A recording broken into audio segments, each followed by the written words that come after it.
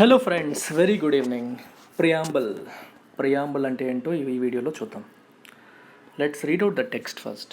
We the people of India having solemnly resolved to constitute India into a sovereign socialist secular democratic republic and to secure to all its citizens justice, social, economic and political liberty of thought, expression, belief, faith and worship, equality of status and opportunity, and to promote among them all fraternity, assuring the dignity of the individual and unity and integrity of the nation.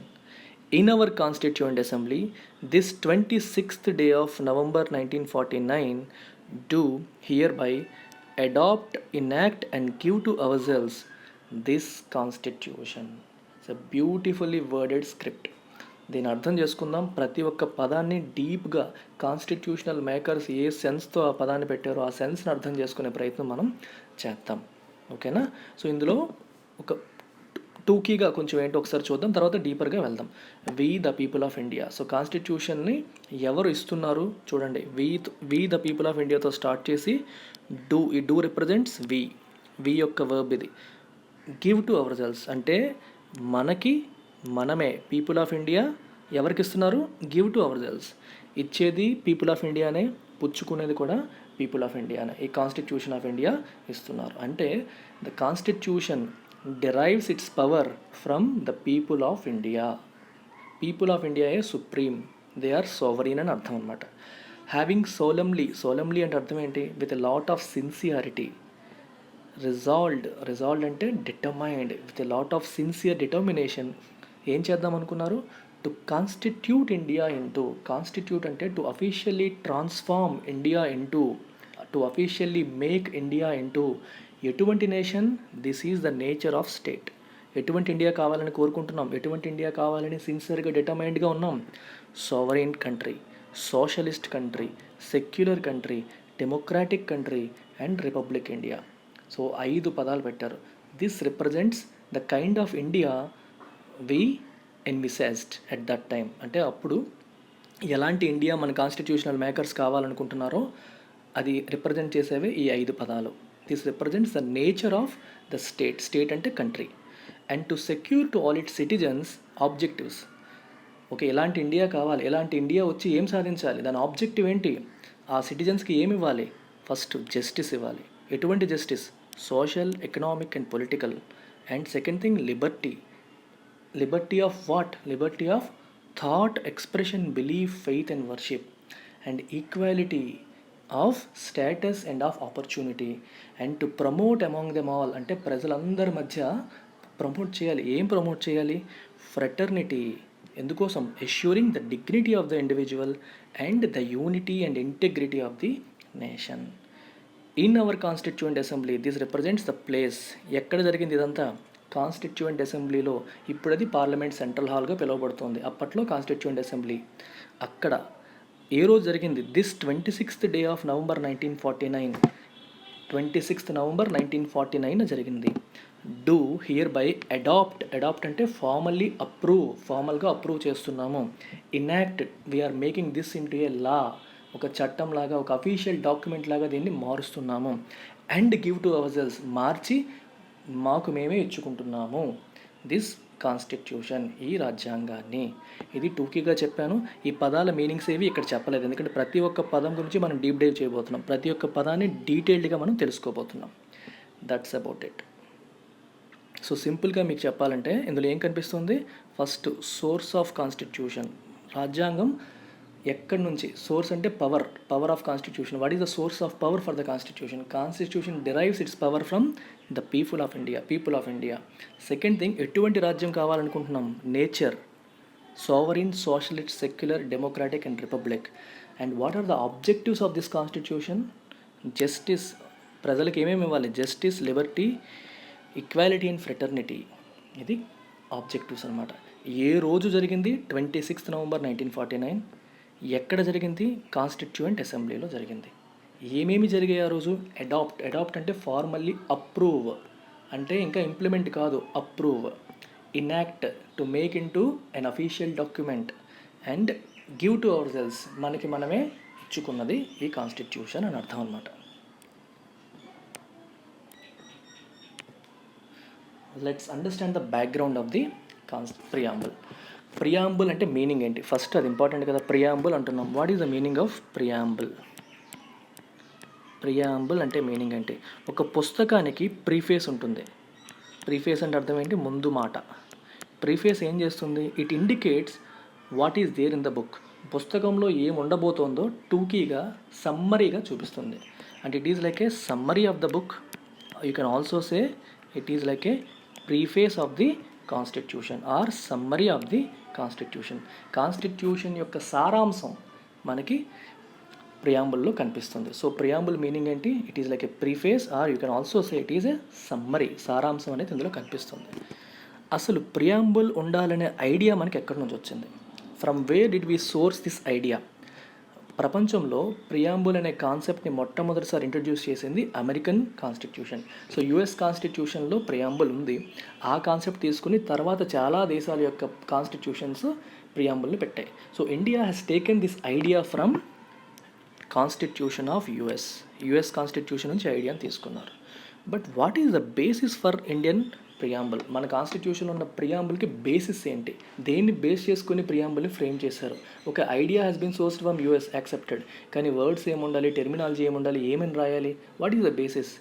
Basis for preamble is objectives resolution. What is this objectives resolution? Objectives resolution అంటే అర్థం ఏంటి? Objectives resolution అంటే రాజ్యాంగాన్ని draft చేయడానికి ముందే, కాన్స్టిట్యూషన్ని రాయడానికి ముందే constitution యొక్క గోల్స్ ఏంటి, ఆబ్జెక్టివ్స్ ఏంటి అని మెన్షన్ చేస్తూ జవహర్లాల్ నెహ్రూ ఒక రెజల్యూషన్ని పాస్ చేశారు.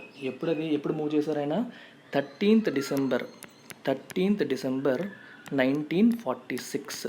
13th December 1946న ఆయన ఒక రెజల్యూషన్ని మూవ్ చేశారు. ఆబ్జెక్టివ్స్ రెజల్యూషన్ అంటాం. తర్వాత దాన్ని constituent assembly 22nd January 1947 22nd January 1947 adopt చేసింది, అంటే అప్రూవ్ చేసింది అని అర్థం. 13th December 1946 జవహర్లాల్ నెహ్రూ గారు ప్రవేశపెట్టిన ఆబ్జెక్టివ్స్ రెజల్యూషన్ని 22nd January 1947 constituent assembly approve చేసింది. కాన్స్టిట్యూయెంట్ అసెంబ్లీ అంటే అర్థం ఏంటి? కాన్స్టిట్యూషన్ని రాసిన వాళ్ళంతా కలిపి, డిఫరెంట్ కమిటీస్ ఉంటాయి కదా, అంత కమిటీస్లో ఉన్న మెంబర్స్ అందరినీ కలిపి కాన్స్టిట్యూయెంట్ అసెంబ్లీ అంటారు. They are the makers of the constitution.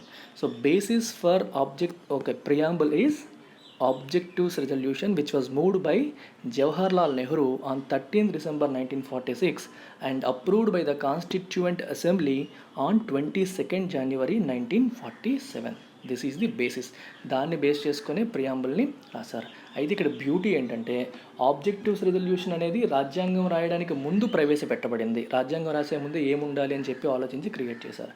Preamble అనేది కాన్స్టిట్యూషన్ మొత్తం కంప్లీట్ అయిన తర్వాత రాశారు. ఎందుకు అలా రాశారు? ప్రియాంబుల్ అనేది కాన్స్టిట్యూషన్ యొక్క సారాంశం లాంటిది, ప్రీఫేస్ లాంటిది. సో కాబట్టి దాని సోల్ అంతా తీసుకొచ్చి ఇందులో పెట్టాలి.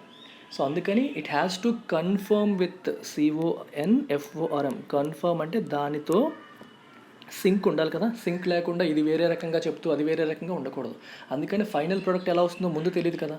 మొత్తం కంప్లీట్ అయిన తర్వాత దాని సారాంశం అంతా తీసుకొచ్చి ప్రియాంబుల్లో పెట్టారు. So preamble was written after the constitution. Objectives resolution was written before the creation of Constitution. That's the difference between objectives resolution and the preamble. So we have understood the background. Now let's understand the ingredients or components of preamble. ఇది already మీకు చెప్పాను.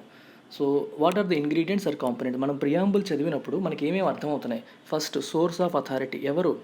People of India. Constitution derives its power or authority from the people of India. We can see it. We the people of India అని చెప్పి start చేస్తున్నాం and give to ourselves this constitution అని చెప్పి end చేస్తున్నాం. అలాగే nature of Indian state అనేది కూడా మనకు తెలిసిపోతుంది. ఎలాంటి ఇండియా కావాలని కాన్స్టిట్యూషనల్ మేకర్స్ కోరుకున్నారు? సోవరీన్ అంటే ఏంటి చెప్పబోతున్నాను. తర్వాత సోషలిస్ట్, తర్వాత secular, democratic republic. Triple S DR, 3 ఎస్లు డిఆర్. గుర్తుపెట్టుకోవడం కూడా చాలా ఈజీ, ఎందుకంటే సోవరీన్ అనేది కొంచెం lengthy word. So number of letters తీసుకోండి, అన్నిటికంటే పెద్దది ముందు వస్తుంది. సోషలిస్ట్ దానికంటే చిన్నది, సెక్యులర్ దానికంటే చిన్నది in terms of number of letters. Sovereign, socialist, secular, democratic, republic. SSSDR. ఇలాంటి ఈ 5 క్వాలిటీస్ ఉన్న ఇండియన్ స్టేట్ని మనం కోరుకున్నారు. That is the nature.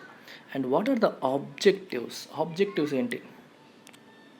Objectives very very simple. మన ఎలాంటి కాన్స్టిట్యూషన్ మనం క్రియేట్ చేసిన తర్వాత అది ఏం సాధించాలి? What are the objectives? What are the goals? It has to achieve justice for people and liberty. It should give liberty to people. ఎటువంటి liberty? Liberty of thought, expression, belief, faith and worship. And it must ensure equality of status and of opportunity. And it should promote among them all fraternity, assuring dignity of individual and unity and integrity of the nation. ప్రతి ఒక్క పదానికి meaning మనం తర్వాత చూద్దాం. ప్రస్తుతానికి let's understand these are the objectives of the constitution. Date ఎప్పుడు? 26th November 1949. Place ఏంటి? Constituent assembly. These are the ingredients or components of the preamble.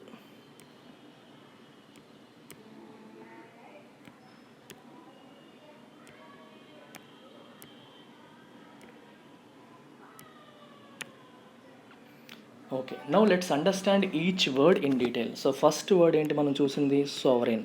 What is the meaning of sovereign? sovereign అంటే అర్థం ఏంటి? supreme authority. That means there is no one above me. నా పైన ఎవరూ లేరు, India పైన ఎవరూ లేరు, I am the supreme authority అని చెప్తోంది. ఎందుకు చెప్పాల్సి వస్తుందో ఒకసారి ఆలోచిద్దాం. ఇండియా బ్రిటిష్ పరిపాలనలో ఉండింది అప్పటి వరకు కూడా. సో తనకు సార్వభౌమాధికారం ప్రకటించకపోతే ఇంకా కూడా వేరే వాళ్ళ అండర్లో ఉన్నట్టుగానే ఉంటుంది. ఇంకొక విషయం ఏంటంటే, ఇండియా 1947 August 15th మనకి స్వతంత్రం వచ్చినప్పటికీ కూడా ఇండిపెండెంట్ స్టేట్ కాలేకపోయింది. ఎందుకంటే అప్పటికి భారతదేశానికి రాజ్యాంగం లేదు. రాజ్యాంగం లేనప్పుడు when you do not have law of land, అంటే దేశాన్ని పరిపాలించడానికి విధి విధానాలతో కూడిన ఒక అఫీషియల్ డాక్యుమెంట్ లేకుండా ఎలా పరిపాలిస్తారు? అందుకనే India continued to be A dominion of British crown. మనకి స్వతంత్రం వచ్చింది కానీ పూర్తి స్థాయి ఇండిపెండెన్స్ రాలేదు, ఎందుకంటే రాజ్యాంగం రెడీ కాలేదు కాబట్టి. సో ఇండియా అప్పటికి కూడా బ్రిటిష్ క్రౌన్కి డొమినియన్గా ఉండింది. అంటే అప్పటికి ఇండియా యొక్క అధినేత ఎవరు అంటే మనం అఫీషియల్గా ఏం చెప్పాలి? బ్రిటిష్ క్వీన్గా చెప్పాల్సి వస్తుంది. బ్రిటిష్ క్రౌనే అధినేతగా చెప్పాలి. అందుకనే సోవరీనిటీ అనేది చాలా ఇంపార్టెంట్. 1947 తర్వాత కూడా ఇండియా సోవరీన్ కాదు. ఎప్పటి నుంచి సోవరీన్ అయింది? 26th January 1950 నుంచి. అంటే రాజ్యాంగం ఎప్పుడైతే అమల్లోకి వచ్చిందో ఆ రోజు అఫీషియల్గా మనం సోవరీన్గా, సార్వభౌమాధికారం ఉన్నట్టుగా ప్రకటించుకున్నాం. అప్పటి నుంచి ఇండియా సోవరీన్ అయింది. అలాగే ఎందుకు చెప్పాల్సి వస్తుంది చూడండి, ఇండియా డిపెండెన్సీ కాదు, డొమినియన్ కూడా కాదు అని చెప్పడం కోసం సోవరీన్ అని చెప్పి డిక్లేర్ చేశారు. ఇంకొకటి ఏంటంటే, ఇండియాకి అప్పటికే కామన్వెల్త్లో మెంబర్షిప్ తీసుకున్నారు 1949లో. అలాగే 1945లో యునైటెడ్ నేషన్స్ ఐక్యరాజ్య సమితిలో కూడా మెంబర్షిప్ తీసుకున్నారు. ఐక్యరాజ్య సమితి, కామన్వెల్త్కి అధినేత ఎవరు? కామన్వెల్త్ కంట్రీస్ అన్నీ కూడా బ్రిటిష్ కాలనీస్ ఒకప్పుడు. అవన్నీ బ్రిటిష్ క్రౌన్ కింద ఉంటాయి. సో కామన్వెల్త్లో మెంబర్షిప్ ఉంది కదా కాబట్టి నాకు సావరెంటీ లేదు అనడానికి లేదు. Although India is a member of Commonwealth, it is still A sovereign. ఎందుకంటే అందులో మెంబర్షిప్కి మన సావరెనిటీకి సంబంధం లేదు. That is a free will, దాని మీద బలవంతం లేదు. మనం ఎప్పుడు కావాలంటే కామన్వెల్త్ నుంచి అప్పటికి బయటికి రావచ్చు. ప్లస్ ఎటువంటి రెస్ట్రిక్షన్స్ లేవు, ఎటువంటి ఆబ్లిగేషన్స్ లేవు. అందులో మెంబర్ కాబట్టి మీరు ఇది చెయ్యాలి అని లేదు. సో మన సార్వభౌమ అధికారానికి అది ఏ రకంగానూ అడ్డంకి కాదు. అలాగే ఐక్యరాజ్య సమితిలో మెంబర్ అయినప్పటికీ కూడా that in no way is a hindrance to our sovereignty. ఈ విషయాలు కూడా మనకి క్లియర్గా తెలియాలి. Because India is sovereign, India is free to conduct its own affairs. మన వ్యవహారాల్లో వేరే వాళ్ళని మనం ఇన్వాల్వ్ చేయాల్సిన అవసరం లేదు, ఎవరి పర్మిషను తీసుకోవాల్సిన పని లేదు. మన పనులన్నీ మనమే చేసుకుంటాం. దేశాన్ని ఎలా పరిపాలించుకోవాలి, ఎలా రన్ చేయాలనేది మన ఇష్టం. మన రాజ్యాంగం ఏదైతే చెప్తుందో దాని ప్రకారం పాలకులు దాన్ని చేస్తారు తప్పితే వేరే వాళ్ళ ఆర్డర్స్ తీసుకోవాల్సిన పని లేదు, అనుమతి తీసుకోవాల్సిన పని కూడా మనకి లేదు అని ఇండికేట్ చేసేదే sovereignty. We can acquire a foreign territory. వేరే కంట్రీతో మనకి యుద్ధం అయిందనుకోండి, we can acquire their territory. Or we can cede. వేరే కంట్రీతో మనకి ఒప్పందం జరిగి మన భూభాగాన్ని కొంత వారే వాళ్ళకి, సీడ్ అంటే ఓడిపోవడం, ఇచ్చేయడం అనమాట, సమర్పించేయడం, సబ్మిట్ చేసేయడం. అలా చేయాల్సిన అవసరం వచ్చినా సరే చేసుకునే అధికారం కూడా భారతదేశానికి ఉంది. We need not take any approval from anyone. That is the meaning of sovereignty. Sovereignty అని చెప్పగానే మీరేం రావాలి? Supreme authority. There is no one above us as far as our affairs are concerned. ప్రపంచం మొత్తానికి కనుక భారతదేశానికి వరకు సంబంధించినంత వరకు there is no one above us అనేదే దీని యొక్క మీనింగ్.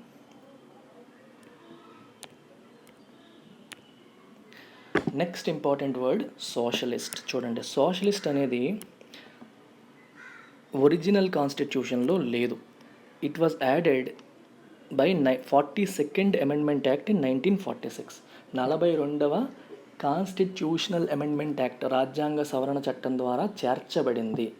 సోషలిస్ట్ అంటే మీనింగ్ ఏంటి? ఇండియాలో ఎటువంటి సోషలిజం ఫాలో అవుతున్నారు? జనరల్గా వరల్డ్ వైడ్ సోషలిజం అనగానే ఫస్ట్ గుర్తొచ్చేది కమ్యూనిస్ట్ సోషలిజం. కమ్యూనిస్ట్ సోషలిజం అంటే అర్థం ఏంటి? State and the country will control all means of production. అంటే అన్ని ఫ్యాక్టరీస్ని, ఇండస్ట్రీస్ని, అన్ని మీన్స్ ఆఫ్ ప్రొడక్షన్ని కంట్రీయే కంట్రోల్ చేస్తుంది. ప్రైవేట్ వాళ్ళకి అక్కడ స్థానం ఉండదు. సో అందరు ప్రజల్ని సమానంగా చూసుకుంటుంది. Everybody is equal. All means of production are under the control of the government. అది కమ్యూనిస్ట్ సోషలిజం. బట్ ఇండియాలో మనం ఫాలో అవుతుంది కమ్యూనిస్ట్ సోషలిజం కాదు, మనం ఫాలో అవుతుంది డెమోక్రాటిక్ సోషలిజం. డెమోక్రాటిక్ సోషలిజం యొక్క లక్షణాలు ఏంటి? Mixed economy. మిక్స్డ్ ఎకానమీ అంటే ప్రైవేట్ అండ్ పబ్లిక్. పబ్లిక్ అంటే government organisations, private organisations they coexist. రెండు ఉంటాయి, they coexist. That's the difference between mixed economy and socialism. Communist సోషలిజంలో ఎవ్రీథింగ్ ఈజ్ పబ్లిక్. పబ్లిక్ అంటే అర్థం ఏంటి? Government controlled. Whereas in mixed economy public enterprises and private enterprises coexist and they will be given equal opportunity for growth. రెండింటికి equal opportunity ఇస్తారు, రెండు industries కూడా coexist అవుతాయి. That is democratic socialism. And in India we follow democratic socialism and not communist socialism. Democratic socialism యొక్క ప్రధాన ఉద్దేశం ఏంటి? It should give equal opportunity to everyone and it should try to end poverty. అసమానతలు తగ్గించడానికి ప్రయత్నం చేయాలి, అందరికీ సమానమైన అవకాశాలు కల్పించే ప్రయత్నం చేయాలి. That is the meaning of the word socialist in our preamble.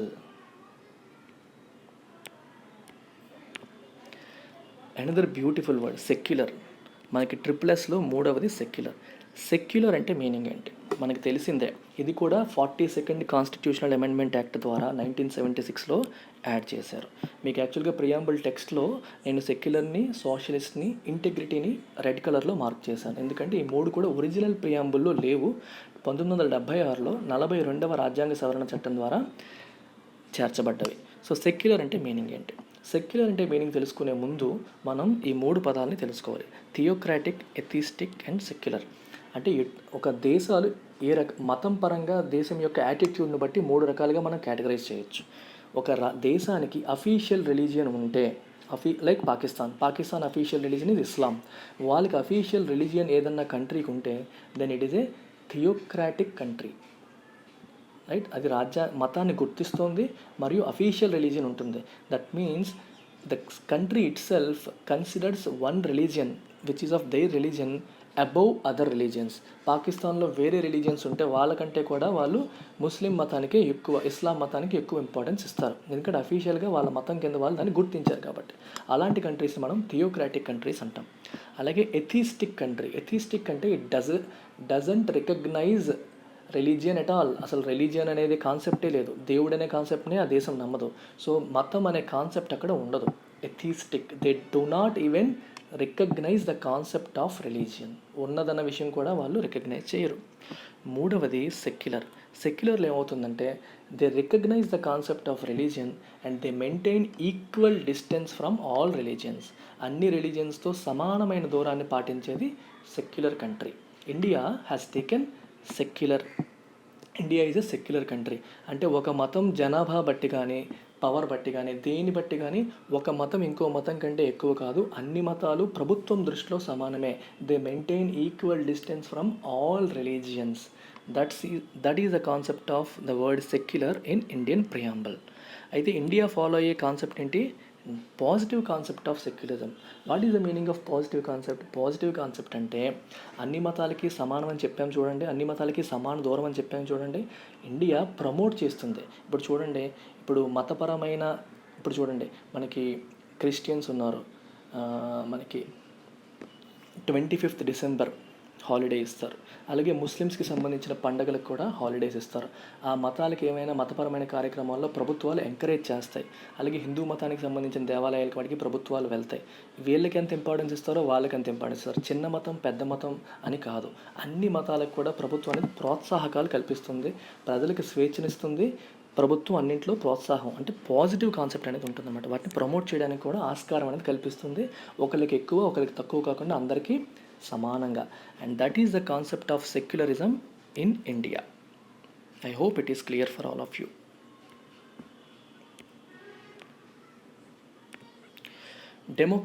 Democratic అనే పదం కొంచెం డీప్గా అర్థం చేసుకోవాలి. డెమోక్రటోస్ చూడండి, రెండు గ్రీకు పదాల కలయికది. డెమోస్ అనేది ఒకటి, క్రేషియా ఆర్ క్రెటోస్. డెమోస్ అంటే పీపుల్ అని అర్థం, క్రేషియా ఆర్ క్రెటోస్ అంటే రూల్, అంటే people's rule. Democratic or democracy means rule of people. Democracy or democratic అనే పదం దేన్ని ఇండికేట్ చేస్తుంది? Doctrine of popular sovereignty. Popular sovereignty అంటే vesting of ultimate power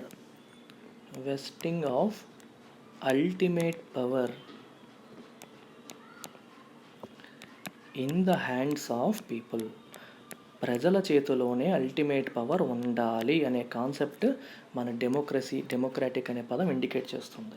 so Indian state constitutional makers ఎలా ఉండాలనుకున్నారు? Democratic. అందులో ప్రజలే పాలకులు అవ్వాలి, రాచరికం కాదు ఇది.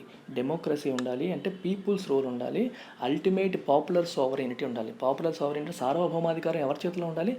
ప్రజల చేతుల్లో ఉండాలి, పాలకుల చేతిలో కాదు అనేది ఇక్కడ అర్థం అనమాట.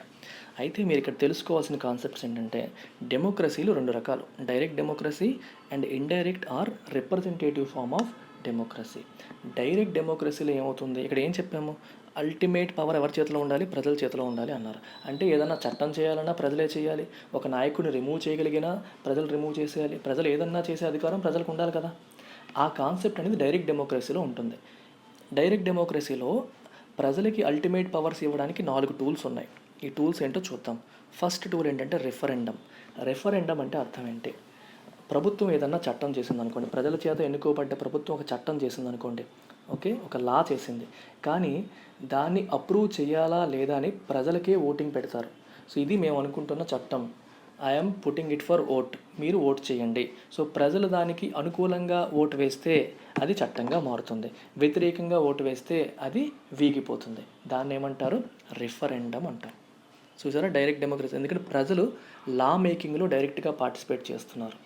సో లా మేకర్స్ ఎవరైతే ఉన్నారో వాళ్ళు చట్టాన్ని తయారు చేశారు, కానీ అప్రూవల్ వాళ్ళ చేతిలో పెట్టుకోలేదు, ప్రజల చేతిలో పెడుతున్నారు. ఓకేనా? ఇప్పుడు ఇండియాలో ఏదో ఒక కొత్తగా ఒక చట్టం చేద్దామని ప్రభుత్వం నిర్ణయించుకుంది. ఆ చట్టం అప్రూవ్ చేయాలా లేదా అనేది పార్లమెంట్లో అధికారం పెట్టుకోలేదు, డైరెక్ట్గా ప్రజలకే. మీరు బ్రెక్సిట్ తీసుకోండి, యూకేలో ఏం జరిగింది? బ్రిటన్ యూరోపియన్ యూనియన్ నుంచి ఎగ్జిట్ అవ్వాలా లేదా అని చెప్పి రెఫరెండం పెట్టారు. రెఫరెండం పెట్టినప్పుడు యూరోపియన్ పీపుల్ అందరూ కూడా ఎగ్జిట్ అయిపోవాలి అని చెప్పి ఓట్ చేశారు.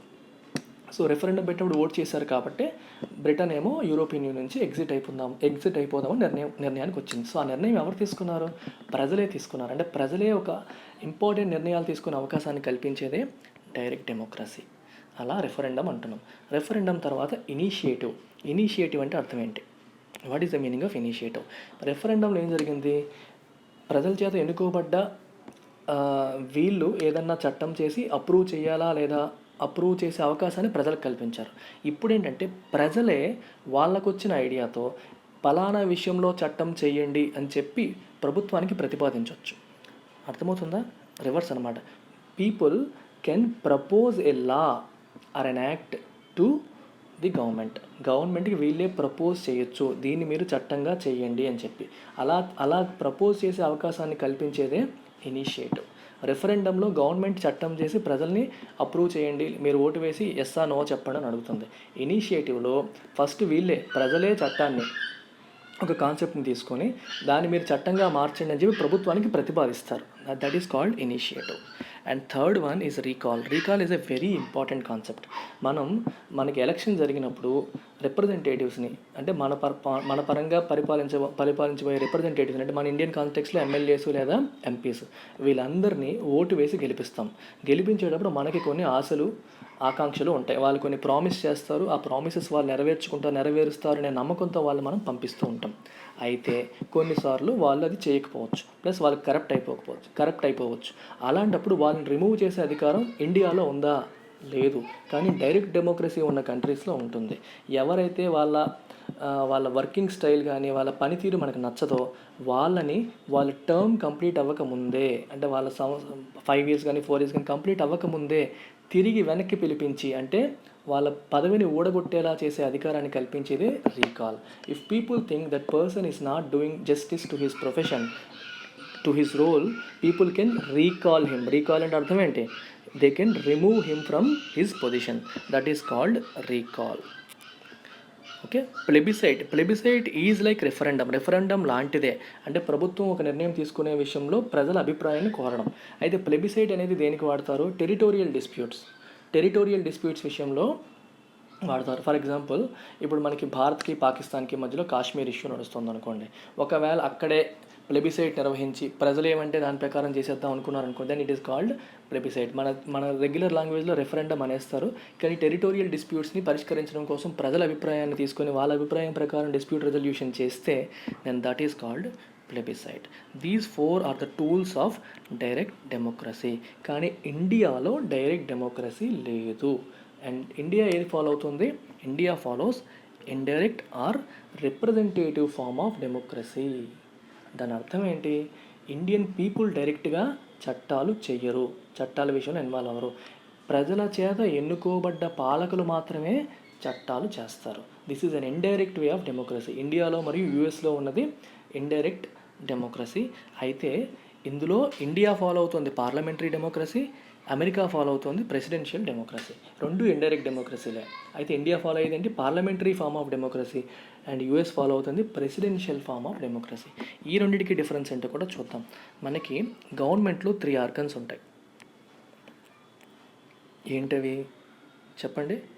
లెజిస్లేచర్ అంటే చట్టాలు చేసేది, ఎగ్జిక్యూటివ్ చట్టాలని అమలు చేసేవాళ్ళు, జ్యుడిషియరీ అంటే న్యాయ వ్యవస్థ. ఓకే, ఏదైనా లోటుపాట్లు డిస్ప్యూట్ రెజల్యూషన్ కోసం ఇది. ఈ 3 విడివిడిగా ఉన్న representative form of democracy presidential. In this case executive is not responsible to legislature. లెజిస్లేచర్కి రెస్పాన్సిబుల్ కాదు ప్రెసిడెన్షియల్లో.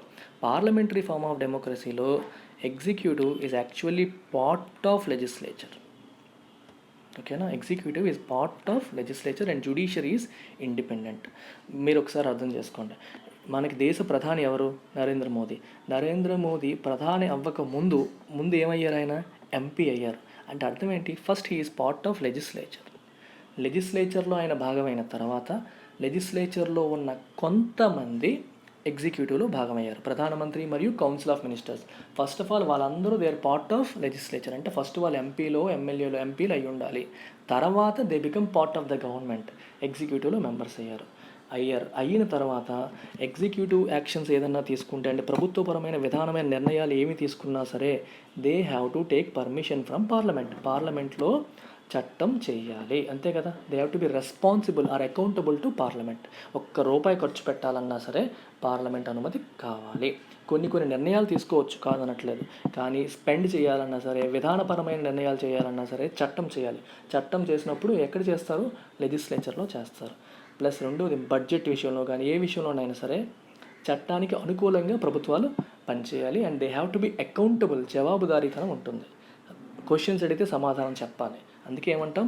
Executive is responsible to legislature in parliamentary form, whereas in presidential form they are separate. అది American democracy. Indian డెమోక్రసీలో executive is part of legislature and executive is responsible to legislature. అంటే legislature అడిగితే సమాధానం చెప్పాల్సిన బాధ్యత ఎగ్జిక్యూటివ్కి ఉంటుంది. ఇప్పుడు ఫర్ ఎగ్జాంపుల్ ఎన్ఎఫ్ఎస్ఏ తీసుకోండి, national food security act parliament ద్వారా చట్టం చేయబడింది. అలాగే Mahatma Gandhi national rural employment guarantee act, ఇది కూడా పార్లమెంట్లో చట్టం చేయబడింది. ఈ చట్టం ప్రభుత్వం అమలు పరచలేదనుకోండి, పార్లమెంట్కి అడిగే హక్కు ఉంటుంది. పార్లమెంట్ ద్వారా చేయబడ్డ చట్టాన్ని అమలు పరచాల్సిన బాధ్యత ఎగ్జిక్యూటివ్ ఉంటుంది. They have to be accountable. వాళ్ళకి జవాబుదారీతనం ఉంది, వాళ్ళు ఆన్సర్ చెప్పాలి. That is the meaning of parliamentary form of democracy. So ఇండియాలో ఉండేది indirect democracy, that to parliamentary form of democracy. అలాగే Indian parliamentary form of democracy or representative form of democracy యొక్క features ఏంటి? What are the features of Indian democracy? First చూడండి, executive is responsible to legislature, మీకు చెప్పాను. Second thing, universal adult franchise, అంటే సార్వత్రిక వయోజన vote హక్కు. అంటే అందరికీ కూడా యూనివర్సల్, వీళ్ళు వాళ్ళు, ఆ క్యాస్ట్ ఈ క్యాస్ట్, ఈ మతం ఆ మతం, ఆడ మగ అని ఏమీ లేకుండా అందరికీ కూడా మినిమం ఏజ్, ప్రభుత్వం రాజ్యాంగంలో ఏదైతే చెప్పబడిందో ఆ మినిమం ఏజ్ దాటిన ప్రతి ఒక్కరికి, అడల్ట్హుడ్ వచ్చిన ప్రతి ఒక్కరికి కూడా ఫ్రాంచైజ్ అంటే రైట్ టు ఓటు వేసే హక్కుని కల్పించింది భారత డెమోక్రసీ ఆర్ ఇండియన్ కాన్స్టిట్యూషన్, అది కల్పించింది. అలాగే పీరియాడిక్ ఎలక్షన్స్, ఇండియాలో ఎలక్షన్స్ అనేవి 5 yearsకో 10 yearsకో 6 yearsకో మనకి 5 yearsకి ఒకసారి జరుగుతూ ఉంటాయి. పీరియాడిక్ ఎలక్షన్స్ జరగడం వల్ల ఏంటో ఉపయోగం అంటే 5 సంవత్సరాల తర్వాత మళ్ళీ మనం ప్రజల దగ్గరికి వెళ్ళాలి. ప్రజల తీర్పు శిరోధార్యం. సరిగ్గా పనిచేయకపోతే మనకి వస్తున్న ఈ పదవులు ఏవి కూడా శాశ్వతం కాదు. We are all accountable to people. ప్రజలు మనకిచ్చిన బాధ్యత ఇది మనం నెరవేర్చాలి. నెరవేర్చకపోతే నెక్స్ట్ జరగబోయే ఎలక్షన్స్లో మన భవిష్యత్తు మారిపోతుందనే భయం పాలకులకి క్రియేట్ చేసిందే పీరియాడిక్ ఎలక్షన్స్. ఇప్పుడు చూడండి, పదవి శాశ్వతం అయిపోయింది అనుకోండి, రాచరికం అయిపోతుంది. నీకు ఇప్పుడు పదవి ఇచ్చిన తర్వాత లైఫ్ లాంగ్ ఇంకా నువ్వు మళ్ళీ మారక్కలే. ఒకసారి సీఎంగా ఎలక్ట్ అయితే జీవితాంతం నువ్వే సీఎం అంటే తన బిహేవియర్ ఎలా ఉంటుంది? ఇంకోలా ఉంటుంది. 5 years తర్వాత మళ్ళీ ఎలక్షన్స్ ఉన్నాయంటే కొంచెం ఒళ్ళు దగ్గర పెట్టుకునే అవకాశం ఉంటుంది. అందుకే పీరియాడిక్ ఎలక్షన్స్ అనేవి ఇండియన్ డెమోక్రసీ యొక్క ప్రధానమైన ఫీచర్. ఇది దేన్ని ఎన్ష్యూర్ చేస్తుంది? ఇది అకౌంటబిలిటీని, బాధ్యతని, we are responsible to people of India, మాకు ఓటు వేసిన ప్రజలకి మేము బాధ్యులమై ఉన్నాము అనేదాన్ని పాలకులకి గుర్తు చేసేదే పీరియాడిక్ ఎలక్షన్స్. సిమిలర్గా రూల్ ఆఫ్ లా, ఇది మనం ఇండియా ఫాలో అయ్యేది రూల్ ఆఫ్ లా. చట్టం చెప్పిన ప్రకారంగా వెళ్ళాలి తప్పితే ఇష్టం వచ్చినట్టు వెళ్ళడానికి అవ్వదు. ఇష్టం వచ్చినట్టు వెళ్తే, చట్ట విరుద్ధమైన కార్యక్రమాలు వీళ్ళు చేస్తే మనకి పార్లమెంట్ కానీ, తర్వాత మనకి జ్యుడిషియరీ ఉంది, వాళ్ళు చేసిన యాక్షన్స్ని కొట్టివేసే అధికారం పార్లమెంట్కి ఉంది. So everybody has to follow rule of law. చట్టం ఏది చెప్తుందో దాని ప్రకారం వెళ్ళాలి. అలాగే independence of judiciary. Independence of judiciary is a feature of democracy అంటున్నాను. ఒకసారి ఆలోచించండి, ఎందుకు ఇండిపెండెన్స్ ఆఫ్ డెమోక్రసీ అనేది డెమోక్రసీ ఫీచర్ ఎలా అయింది? ఇండిపెండెన్స్ ఆఫ్ జ్యుడిషియరీ అనేది డెమోక్రసీ ఫీచర్ ఎలా అయింది? ఒక్కసారి ఆలోచించండి. జ్యుడిషియరీకి, న్యాయ వ్యవస్థకి స్వతంత్రత లేదనుకోండి, then there is a possibility that executive may influence judiciary. Executive అంటే ప్రభుత్వం జ్యుడిషియరీని తన కనుసన్నల్లో పెట్టుకొని వాళ్ళు ఇన్ఫ్లుయెన్స్ చేసే అధికారం ఉంటుంది, లేదా పార్లమెంట్ ఇన్ఫ్లుయెన్స్ చేసే అధికారం ఉంటుంది.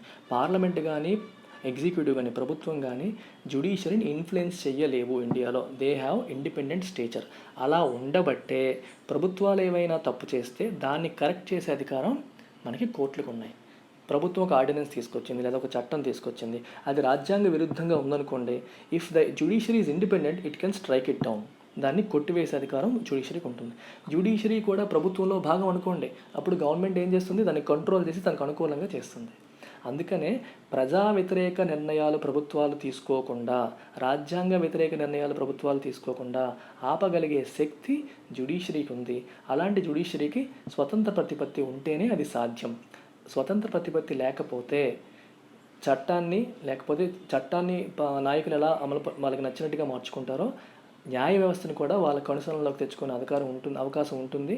రాజ్యాంగ విరుద్ధమైన కార్యక్రమాలు జరిగే అవకాశం ఉంటుంది. అందుకనే independence of judiciary ensures people are sovereign. ప్రజలే సుప్రీం అనేదాన్ని అక్కడ ఎన్ష్యూర్ చేస్తారు. నాయకులకి మీరు రాజ్యాంగబద్ధంగా ఉండాలి, చట్టబద్ధంగా ఉండాలి తప్పితే రాచరికం కాదు అని చెప్పి వాళ్ళకి గుర్తు చేసేదే independence of judiciary. In fact judiciary అని అర్థం అన్నమాట. అలాగే ఆబ్సెన్స్ ఆఫ్ ప్రివిలేజెస్, ఎవరికి కూడా ఎక్స్ట్రా ప్రివిలేజెస్ అనేవి ఉండకూడదు, అందరికీ సమానమైన హక్కులు. ఇప్పుడు ఓటు వేసామనుకోండి, ఇప్పుడు నేను ఒక హయ్యర్ కాస్ట్కి చెందినవాడిని కాబట్టి నాకు 2 ఓట్లు ఇస్తారా? ఇవ్వరు. అందరికీ ఇచ్చేవి సమానంగా ఒకటే నెంబర్ ఆఫ్ ఓట్. అలాగే ఇప్పుడు రాజ్యసభకి నేను పోటీ చేయాలి, అక్కడ ఏం రాస్తారు? ఈ కాస్ట్ వాళ్ళు, ఈ మతం వాళ్ళని రాస్తారా? రాయరు. ఇంత ఏజ్ ఇండియన్ అయి ఉండాలి, ఏమైనా చదువుకోవాలంటే చదువుకోవాలని చెప్పి మాత్రమే రాస్తారు. సో ఇక్కడ కూడా ఎవరికి extra privileges based on race, religion, caste, sex అనేది ఉండవు. దాన్నే ఆబ్సెన్స్ ఆఫ్ ప్రివిలేజెస్ అని అంటాం. Indian democracy it not just political but also social and economic. Political democracy ఒక్కటే కాదు, సోషల్ డెమోక్రసీ మరియు ఎకనామిక్ డెమోక్రసీ అని కూడా అంటున్నారు. సోషల్ డెమోక్రసీ అంటే అర్థం ఏంటి? సోషల్ డెమోక్రసీ లేకుండా పొలిటికల్ డెమోక్రసీ ఉండదు అని చెప్పి అంబేద్కర్ గారు అన్నారు. సోషల్ డెమోక్రసీ అంటే అర్థం ఏంటి? Something that gives all it's people Liberty, equality and fraternity. ఈ మూడింటిని, అంటే ప్రజలకి స్వేచ్ఛ, వాళ్ళ అభిప్రాయాన్ని వ్యక్తపరిచే అవకాశం లేకపోతే ఇంకా ఏముందో చూడండి. ఇప్పుడు ప్రజలు ప్రభుత్వ విధానాలు బాగాలేవనుకోండి, దాన్ని దానికి వ్యతిరేకంగా మాట్లాడే హక్కు ప్రజలకు ఉండాలా ఉండకూడదా? తప్పైతే ఉండాలి. ఆ స్వేచ్ఛ ఎక్కడి నుండి వస్తుంది? లిబర్టీ ద్వారా. అందుకే Liberty is an important principle. So Liberty ఉండాలి. లిబర్టీ లేకుండా డెమోక్రసీ ఎలా నడుస్తుంది చెప్పండి, ఒకసారి ఆలోచించండి. If people cannot voice their concerns, if they are not happy with the government, they should be able to voice their concerns. వాళ్ళ బాధను వాళ్ళు వ్యక్తపరిచే అవకాశం ఉండాలి. అలాగే expression, Liberty of thought expression అంటాం. ఎక్స్ప్రెషన్ అంటే అర్థం ఏంటి? వ్యక్తీకరణ.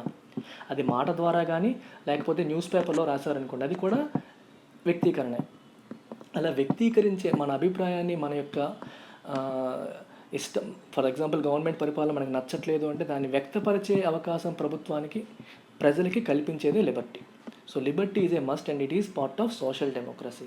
అలాగే ఈక్వాలిటీ అండ్ ఫ్రెటర్నిటీ, ఈ మూడింటిని ఏమంటారు? ట్రినిటీ అంటారు. ఈ ట్రినిటీ కలిసి ఉండాలి, ఒకటి ఉండి ఇంకొకటి లేకపోతే నడవదు అని చెప్పి అంబేద్కర్ గారు చెప్పారు. మీకు ఎగ్జాంపుల్ తీసుకోండి, లిబర్టీ, ఈక్వాలిటీ తీసుకోండి. లిబర్టీ ఏం చేస్తుంది? ఫ్రీడమ్ ఇస్తుంది. ఈక్వాలిటీ ఏం చేస్తుంది? ఆబ్సెన్స్ ఆఫ్ ప్రివిలేజెస్, ఒకళ్ళు ఎక్కువ కాదు ఒకళ్ళు తక్కువ కాదు అనేదాన్ని ఎన్షూర్ చేస్తుంది. సో లిబర్టీ, ఫ్రీడమ్ ఇవ్వడం వల్ల అసమానతలు బాగా పెరిగిపోయే అవకాశాలు ఉంటాయి. అంటే ఎవరు ఏదైనా చేసుకోవచ్చు అన్నాం అనుకోండి, విపరీతమైన అసమానతలు పెరిగిపోయి ఈక్వాలిటీ అనే కాన్సెప్ట్ దెబ్బతింటుంది.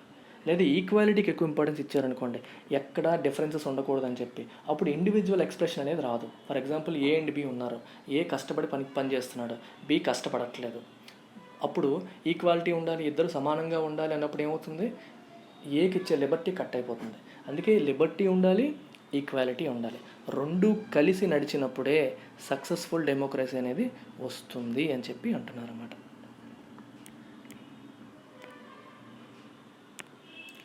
Republic, beautiful word.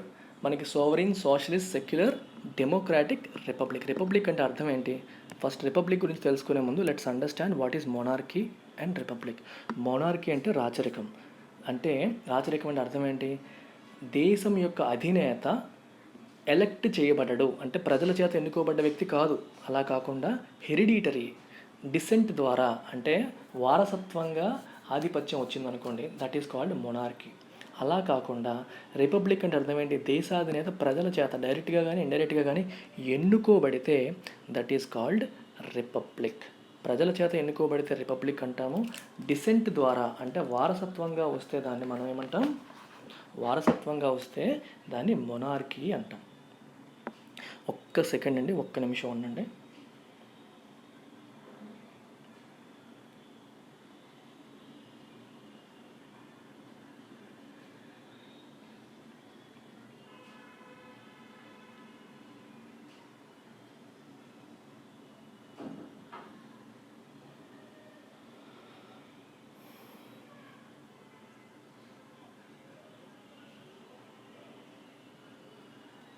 Right. So republic అంటే అర్థం ఏంటి? Head of the state is elected. దేశ అధినేత ఎన్నుకోబడితే దాన్ని రిపబ్లిక్ అంటారు. రేస్ అధినేత ఎన్నుకోబడకుండా డిసెంట్ ద్వారా వారసత్వంగా వస్తే దాన్ని మొనార్కీ అని అంటాం. That is the difference between republic and monarchy. అలాగే ఇండియన్ కాన్స్టిట్యూషన్లో ప్రియాంబుల్లో రిపబ్లిక్ అనే పదం మెన్షన్ చేశారు.